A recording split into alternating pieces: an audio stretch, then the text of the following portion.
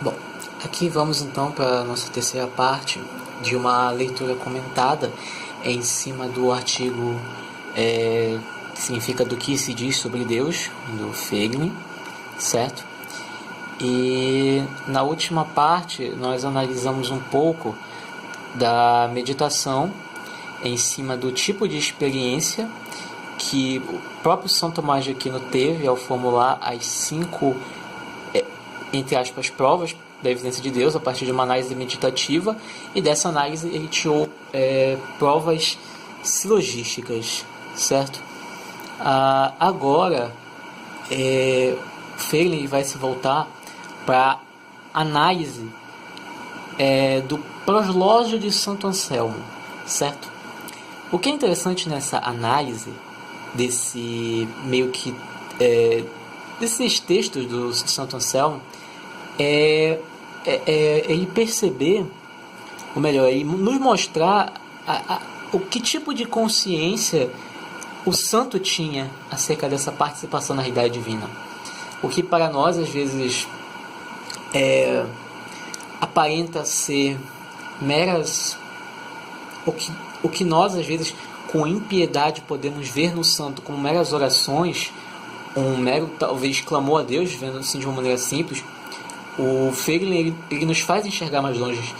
Ele faz com que nós consigamos perceber na prece do santo não só um louvor a Deus, mas também uma resposta ao amor divino com um contra-amor, certo? Não contra-amor no sentido de ódio, mas uma resposta ao movimento prévio de Deus, certo? E resposta essa que Santo Anselmo evidencia e que o Feiglin nos faz conseguir enxergar é uma busca, certo? A forma como nós respondemos ao amor de Deus é buscando, é participando desse movimento, é buscando a Deus em cada instância de nossas vidas, é realizando esse movimento de deixar a luz divina penetrar em nossas almas, para que a nossa alma iluminada possa ela mesma fazer esse movimento de direção a Deus, certo? Como ele fala, a realidade divina deixa a luz de sua perfeição penetrar dentro da alma. A iluminação da alma faz surgir a consciência da existência do homem como um estado de imperfeição. E essa consciência provoca o movimento humano em resposta a esse apelo divino. Ou seja, primeiro, o fundamento divino, Deus, nos ilumina, nos puxa para Ele, e Ele espera uma resposta de nós. Ele espera uma resposta que pode ser, de fato, uma resposta positiva, que é o que Santo Anselmo faz e o que todo parceiro na realidade divina deve fazer, é a resposta positiva, é deixar que essa iluminação puxe e ele mesmo, pelo próprio movimento de liberdade, siga, e essa resposta positiva faz com que o homem tome consciência de si próprio, certo? É aqui que surge aquela consciência com participação no intermeio, a consciência de estar participando desse encontro humano divino, mas também pode ser negativa. O homem pode, isso é um fenômeno que tem sido muito visto na modernidade, rejeitar esse apelo divino, certo? E se fechar em si próprio. Continuando. A iluminação, como Santo Agostinho chama essa experiência, tem para Anselmo, na verdade, o caráter de um apelo, e até mesmo de um conselho e promessa. A fim de expressar a iluminação a experiência dessa iluminação, ele cita o versículo 16.24 de João, do Evangelho de João. Pedi e recebereis, de modo que a vossa alegria seja plena. As palavras joaninas de Cristo e do Espírito que aconselha seu nome, palavras que devem ser entendidas no seu contexto, expressam o movimento divino a que Anselmo responde com um alegre contra-movimento de busca. Portanto, a última parte do proslógio louva consistentemente a luz divina na linguagem analógica de perfeição. A oração de Anselmo é uma meditação sobre o fundamento da fé racional, como ele formula a natureza da busca no primeiro título do monológio. A busca orante responde ao apelo da razão na fé. O proslógio é a fé em ação, em busca de sua própria razão.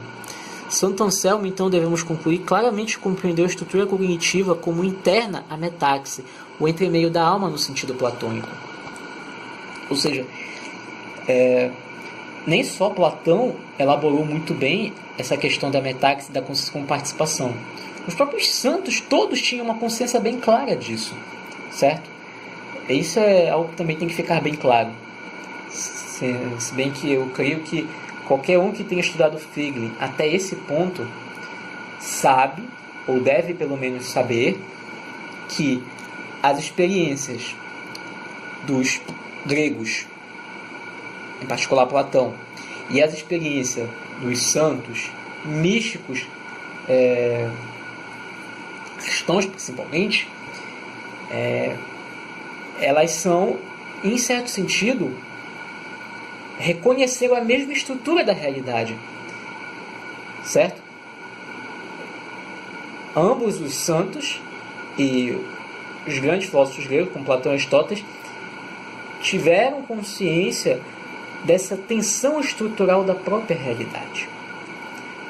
A questão é que os filósofos gregos se expressaram de uma maneira enfatizando o aspecto noético, e os santos, com uma diferenciação, digamos, um pouco maior, expressaram isso na forma pneumática. Eles perceberam que por trás desse Deus como fundamento divino da realidade é uma pessoa. É de fato uma pessoa que incita, provoca esse movimento em cada ser humano.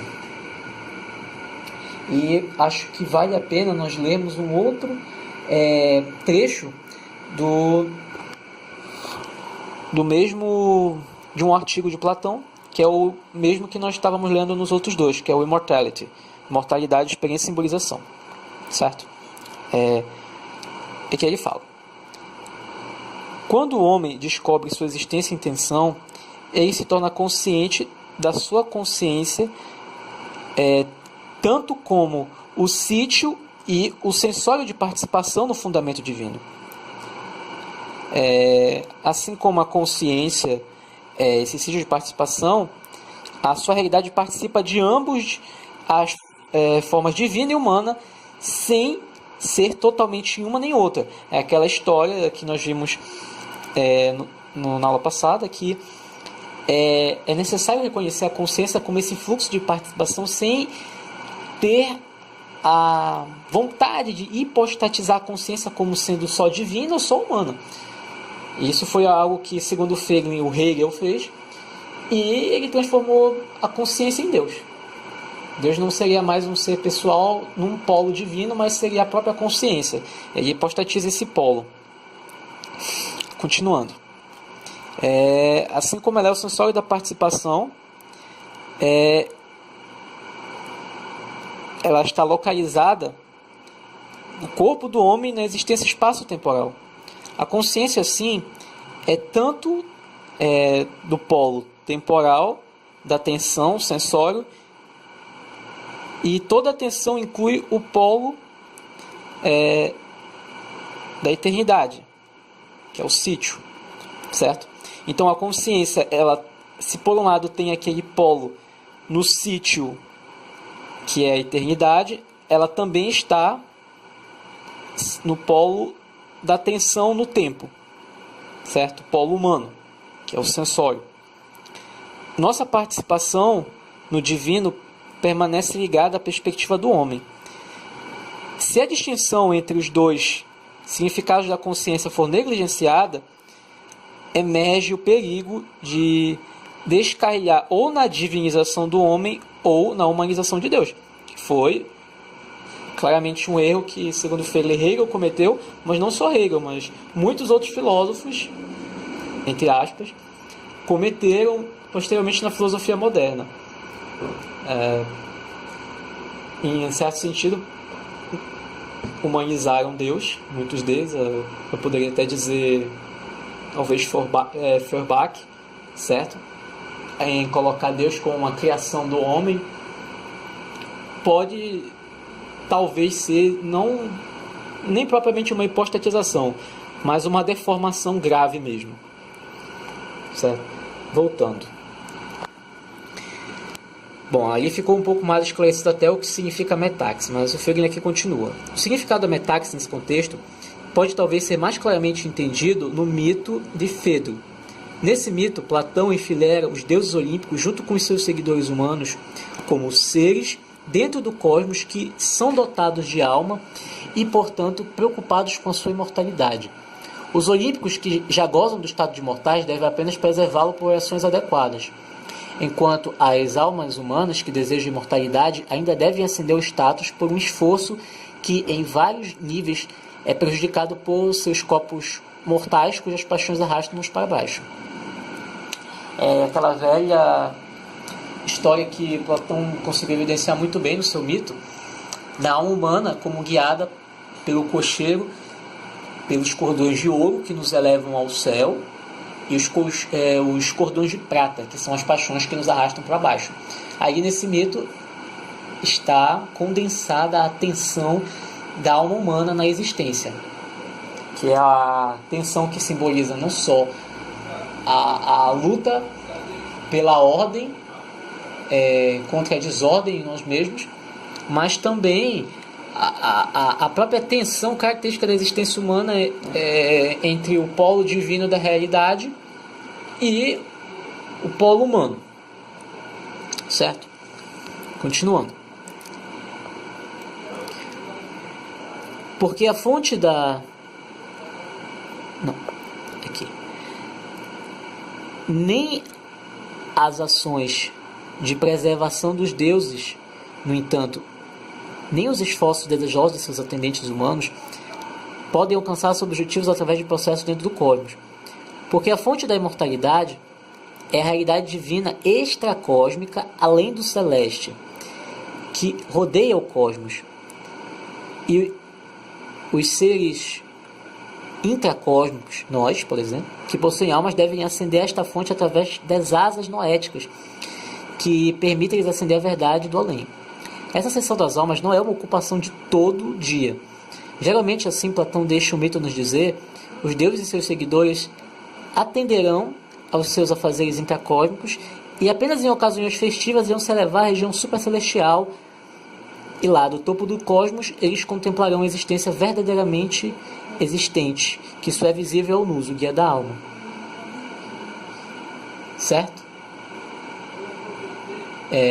Então aqui o que o Platão quer deixar claro é que não só essa diferenciação dos deuses, pluralmente falando por Deus único, mas que aqui ele já começa a diferenciar que esses deuses olímpicos ainda estariam limitados ao cosmos intracósmico. Então, se ele está aqui evidenciando que há uma realidade intracósmica, é porque há uma realidade extracósmica, que há um Deus transcendente a ela, um Deus transcendente a esses deuses olímpicos, que é o fundamento divino da realidade.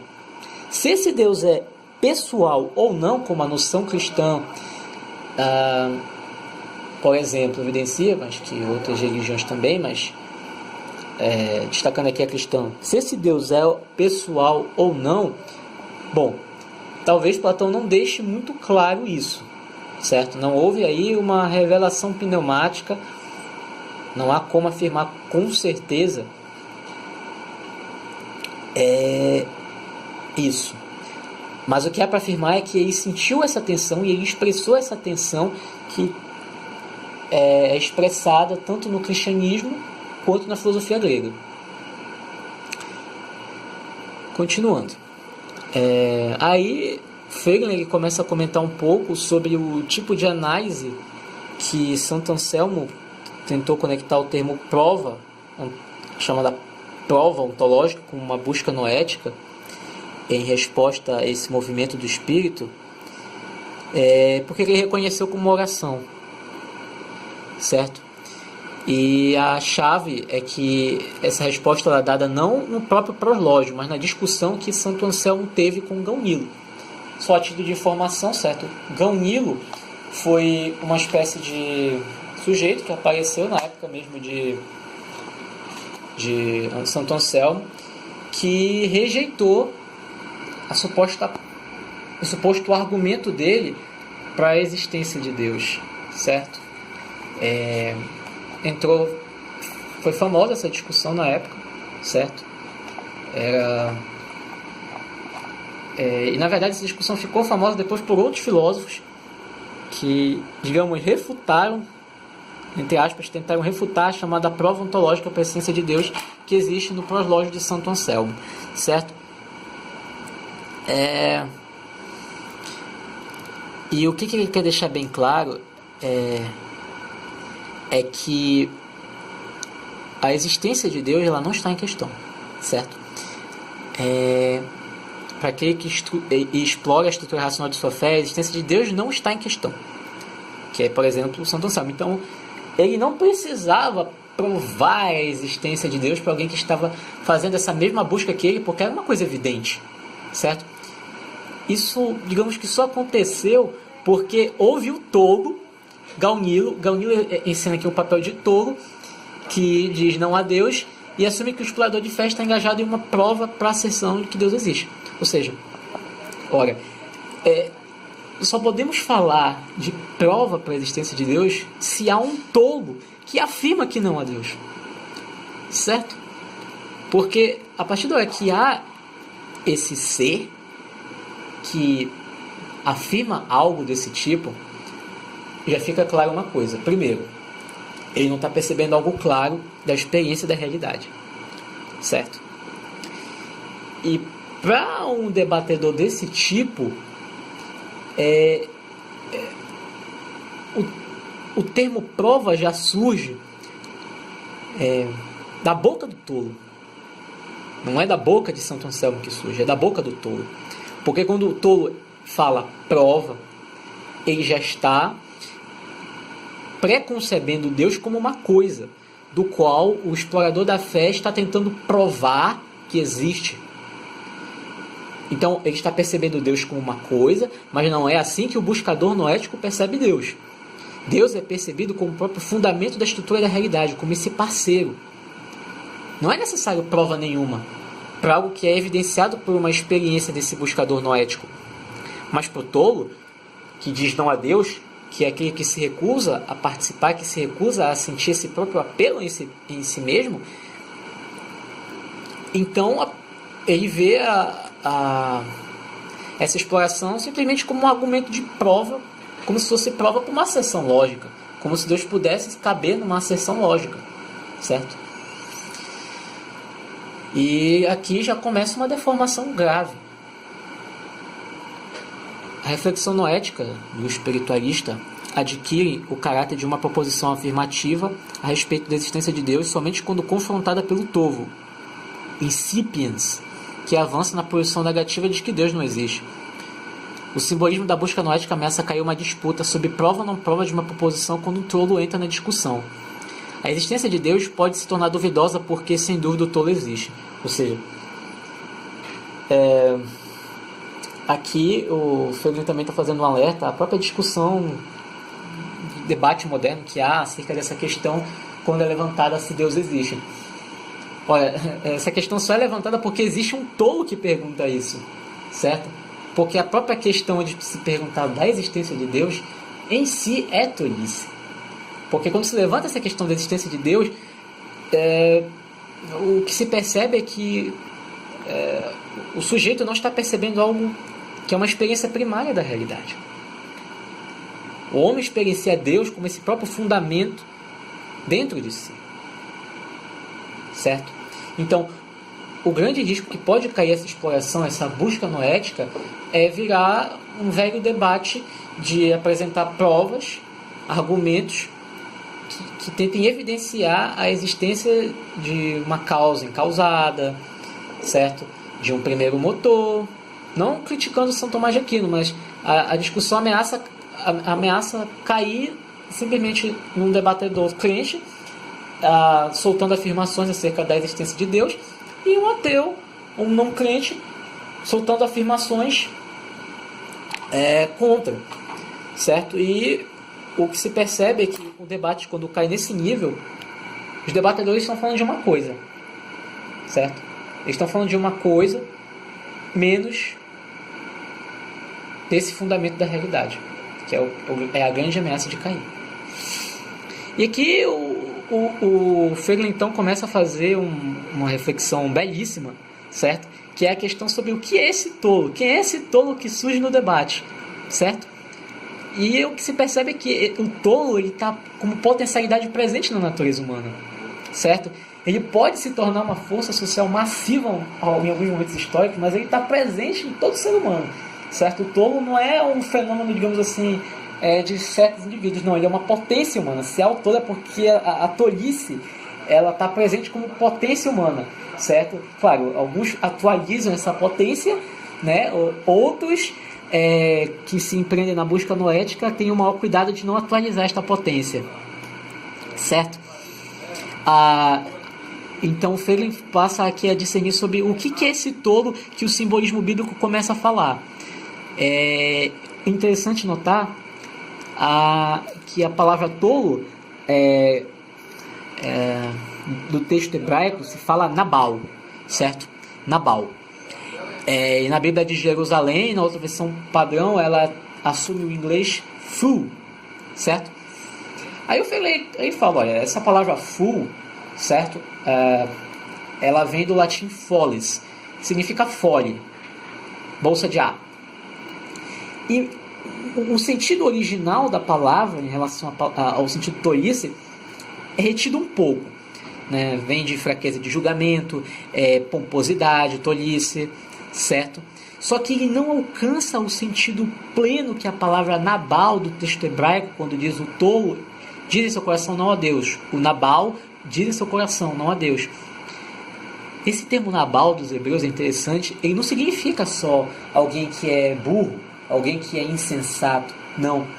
Sugere esse termo no hebraico uma corrupção fundamental da existência, uma espécie de doença mesmo, sabe? Os hebreus eles estavam bem cientes do que era um sujeito negar a participação na realidade divina, certo? Então quando eles usam esse termo Nabal, volto a afirmar, eles não estão falando de alguém que, como falo, todo o Salmo não é um homem desprovido de perspicácia intelectual ou de julgamento mundano, não. É alguém que tem uma doença na alma. É realmente uma doença na existência desse sujeito, certo? E, bom, outras traduções, elas preservam um pouco do sentido que esse termo sugere, que é impiedade, profanidade, imprudência, certo? E elas têm seus méritos, mas elas não apresentam a mesma riqueza que Nabal sugere e como o próprio Platão depois sugere no seu livro Leis, o que realmente é alguém que se nega a participar da realidade divina, certo? E voltando a falar, esse Nabal, ele é um fenômeno em massa de homens que fazem o mal em vez do bem, porque eles não procuram Deus e sua justiça, que devoram o meu povo como se comessem pão, porque eles não acreditam na sanção divina para atos de impiedade. Então aqui Nabal não é um burro. Nabal é um sujeito corrupto na própria moral dele. É um sujeito que despreza Deus, certo? É que tem um desprezo pessoal por Deus, por sua justiça, e não tem medo nenhum de devorar o povo de Deus, de fazer crueldades, de cometer atrocidades. Porque para ele Deus é impotente. Ou porque ele tem tanta corrupção na alma dele que ele não teme a justiça ou a ira divina, certo? E bom, o alerta que o Feiglin deixa: o Nabal é um ateu? Esse Nabal que os textos hebraicos estão falando é um ateu dogmático como nós vemos hoje? Dificilmente, certo? O fenômeno do ateísmo moderno segundo Feiglin, é algo bastante diferenciado, certo? Que bastante pelas ideologias, inclusive, e é bem difícil que os hebreus daquela época mesmo estivessem falando de um fenômeno como o ateísmo. O ateísmo é um fenômeno moderno. É bem mais sugestivo, certo? Que esse Nabal, que os hebreus se referem, é simplesmente uma espécie de entorpecimento espiritual, que é o sujeito que se deixa levar pela ganância, pelo sexo, pelo poder, sem medo do julgamento divino. Para ele, Deus pode existir. Ele não precisa entrar em afirmações como o Sr. Dawkins entra acerca da não existência divina, propondo uma teoria da evolução da panspermia cósmica, certo? Não, é simplesmente alguém doente espiritualmente que faz o mal e não se preocupa com isso, o que não deixa de ter a sua gravidade, certo? É claro que esse tolo que desdenha do poder de Deus, ele pode chegar no máximo que, olha, não há Deus nenhum, certo? Olha, não existe Deus.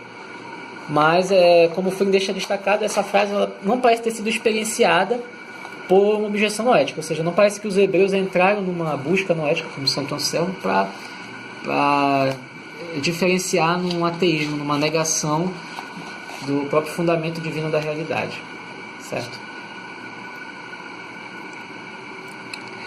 O tolo se posiciona contra o Deus revelado, não contra a fides queres intellectum. Ou seja, esse tolo de que ele está falando aqui, não é um tolo que diz que a fé não pode servir o intelecto, não é aquele tolo que se posiciona contra um fundamento divino. Não, é um tolo que se posiciona contra um Deus pessoal mesmo, certo? Simplesmente não teme ele. E o Platão descreve esse fenômeno da tolice existencial no seu livro A República. Ele chama essa tolice existencial, essa recusa de participar da busca noética, de anoia, certo? Anoia, que pode ser traduzido como ignorância. E na sociedade grega, a potencialidade de responder ao apelo divino através da rejeição expressou-se por uma série de proposições negativas que circunspectamente cobrem toda a gama de experiências da época, certo? Principalmente os sofistas. Os sofistas, que o Platão destaca muito na época, são aqueles que se recusam a participar, se recusam a atender o apelo divino de participar de uma vida bem ordenada. E o Platão evidencia, algumas das proposições que esse pessoal levantou. Parece que nenhum Deus existe. Se existem, eles não se importam com os homens. E mesmo que se importem, eles podem ser apaziguados por presentes. Ou seja, eles podem participar da criminalidade humana. Embora Platão não dê uma força específica para o conjunto, mas se refere apenas como sendo de uso geral, provavelmente isso é produto de alguma escola sofista. Meio que uma referência ao nosso amigo Gorgias, certo? Quando Gorgias fala no seu livro Nada Existe, se algo existe é incompreensível, e se é compreensível é incomunicável. Então, o que o Platão tenta descrever basicamente aqui, que o Freire tenta evidenciar nesse parágrafo, é o tipo de experiência que a sociedade grega estava tendo na época para chegar em afirmações desse tipo.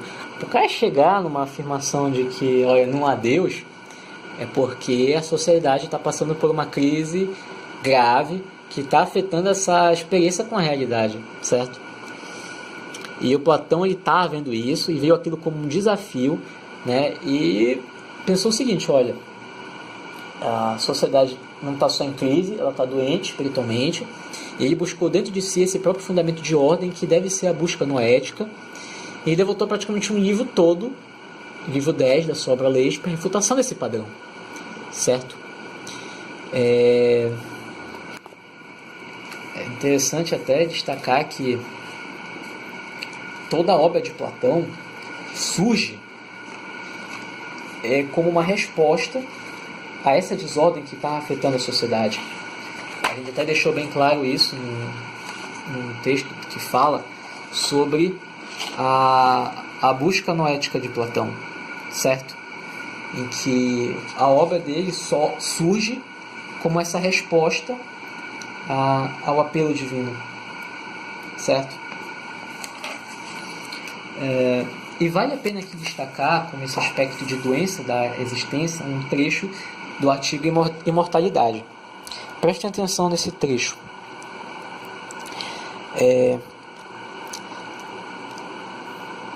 No tempo em que a realidade da ciência e do poder foi obtido, a realidade da tensão existencial foi perdida. E assim a combinação de ganho e perda com a libido dominante, com uma catálise. Libido dominante aqui é aquela vontade de poder de início, digamos assim, a vontade de obscurecer a realidade, esse horizonte, certo? O novo sonho poderia se tornar realidade, poderia emergir. A técnica em que esses símbolos desses sonhos podiam ser produzidos é bem conhecida. A concha da doutrina, vazia de sua realidade engendrada, é transformada pela libido dominante no seu equivalente ideológico. A contemptus mundi, que significa o desprezo ao mundo, é metamorfoseada na exaltatio mundi, a exaltação ao mundo. A cidade de Deus na cidade do homem. O apocalíptico no milenarismo ideológico. A metástase escatológica, através da ação divina, na metástase mundo imanente através da ação humana, e assim prosseguidamente. O centro do qual esses símbolos particulares recebem seus significados é a transformação do poder humano sobre a natureza no poder humano sobre a salvação. Nietzsche desenvolveu o simbolismo da autossalvação para expressar a operação alquímica do homem criando a si mesmo na sua própria imagem. No seu sonho de autossalvação, o homem assume o papel de Deus e redime a si mesmo pela sua própria graça. Isso aqui, nesse pequeno trecho, está condensado todo o fenômeno moderno. É quando a realidade começa a ganhar muito em favor do progresso científico e ocorre um obscurecimento dessa tensão existencial. Significa que a ciência é ruim? Não. Significa que a ideologia do cientificismo de obscurecer tudo e reduzir tudo à esfera da ciência é uma doença. Isso é bem claro, certo? E esse fenômeno, faz com que, voltando, quando o símbolo é desligado da sua experiência engendradora, é muito fácil uma ideologia utilizar desse símbolo e deformá-lo. E esse catalisador, a libido dominante, que é essa vontade humana vontade de poder, digamos assim, ao sentido nietzschiano, a vontade de se tornar Deus, ou por que não usar a frase da serpente, vós sereis como deuses, como a verdadeira catálise dessa libido dominante, certo? Então o que vai acontecer? O desprezo ao mundo, que aquele símbolo que se vê até, por exemplo, o Schopenhauer, ele é transformado então numa exaltação do mundo. O mundo se torna palco da vontade humana e das possibilidades humanas serem atuadas para esse sonho de emergir, um novo Deus, seja na concepção marxista, nihilista, positivista, certo? A cidade de Deus se transforma na cidade do homem. O apocalíptico no seu milenarismo ideológico, ou seja, o apocalíptico, que é aquele fim onde a eternidade absorve o tempo, se transforma no milenarismo ideológico, onde as ações humanas desejam realizar o seu fim na própria história. A metástase escatológica através da ação divina, ou seja, a crença que o poder de Deus é o único poder transfigurante, dá lugar ao poder humano como seu transfigurante. E o que está condensado aqui é o seguinte: é uma operação que segundo Friedrich Nietzsche empreendeu como nenhum outro, que é baseado na reflexão sobre Feuerbach, que olha, se o homem cria Deus, se Deus não passa de uma criação do homem, então o homem contém todo esse poder de criação. Então o homem já não precisa de Deus para se salvar. Ele pode dar a si próprio a salvação. Ele cria a si próprio, a sua própria imagem, certo? E essa deformação é a mais grave de todas. É de fato uma doença existencial, como Platão caracterizou séculos atrás, certo? E que assume o seu papel principal no profeta Nietzsche, profeta dos novos tempos, certo? Quando Nietzsche fala que Deus está morto, ele não fala de um Deus pessoal propriamente que está morto, mas ele fala de Deus no coração da modernidade. O homem já não busca mais a Deus porque ele já não vê Deus como parceiro. Ele já vê a si próprio como Deus, como a sua própria imagem. Ele crê poder dar salvação a si próprio. Já não há um movimento noético em busca do fundamento divino da realidade, mas um fechamento em si próprio. E essa autossalvação, essa autoimortalização, que é pregada na era pós-cristã, como ele fala a seguir, é o que assegura ao ideólogo a sua imortalidade. Se o ideólogo recusa a imortalidade segundo a concepção transcendental, então ele tem que se imortalizar. É o se imortalizar na história, do processo histórico dialético, segundo Marx. É o se imortalizar no super-homem nietzschiano, certo? E o ideólogo só pode fazer isso através dessa deformação desses símbolos. E esse sonho que o ideólogo cria para si próprio se torna a sua própria prisão. E ninguém pode tirar um ideólogo dessa prisão do seu próprio sonho sem alguma consequência, certo? Essas consequências eu acho que eu vou deixar para falar no próximo vídeo. Mas o que eu queria deixar claro aqui é que essa tensão que é sentida por todo ser humano, como essa tensão rumo ao fundamento divino, pode ser rejeitada, pode ser inclusive negada a sua existência pelo ideólogo. Só que, como foi dito no primeiro vídeo, não é porque essa tensão é negada pelo ideólogo que ela deixa de existir. Ela continua existindo e continua pressionando o ideólogo, que não tem outra alternativa a não ser recusar a debater, recusar a certas premissas,